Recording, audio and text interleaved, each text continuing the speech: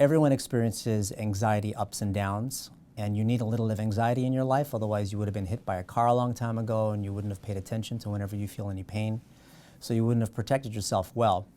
But when you have the type of anxiety that impairs your ability to function, you can't go to work, you can't take care of your kids, it's difficult for you to enjoy your life, then you have something a little bit more than just your everyday stress, and you have an anxiety disorder because you have impairment. So panic disorder is a debilitating anxiety disorder that is marked by an intense period of very, very discrete fear that has both somatic symptoms as well as cognitive symptoms.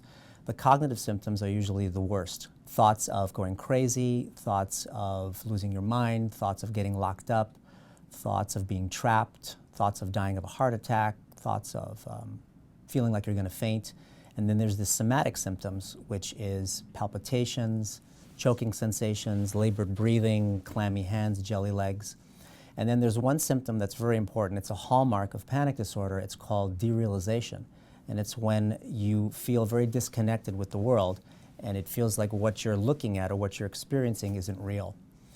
Put all those together and you have a very, very discrete period of someone feeling very, very out of control and feeling like they're coming apart at the seams. Panic disorder is very treatable. It's treatable through cognitive behavioral therapy.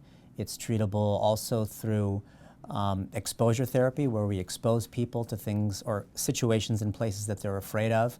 Mindfulness is also a big one, learning to develop a different relationship with discomfort. But one thing I wanted to say too is that agoraphobia is a byproduct of panic disorder.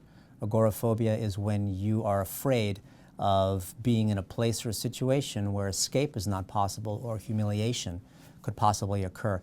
It used to be called agoraphobia, meaning it was just for being afraid of open spaces, but now it's any place or situation. So if someone has a panic attack, let's say in an elevator, or on the freeway, or on a plane, or in a car, that place gets contaminated in a sense, and so they're agoraphobic to elevators. So the treatment is to get them slowly through a process called systematic desensitization. You get them back in the elevator by slowly exposing them to that little by little. If you've made changes in your life because of the panic and you've altered your lifestyle because your life has gotten a little bit smaller, there's a good chance you have the disorder.